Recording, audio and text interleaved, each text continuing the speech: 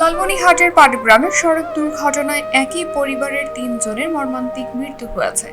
মঙ্গলবার ১৭ মার্চ সকালে উপজেলার মির্জাপুর মডেল মসজিদ সংলগ্ন এলাকায় এই দুর্ঘটনা ঘটে।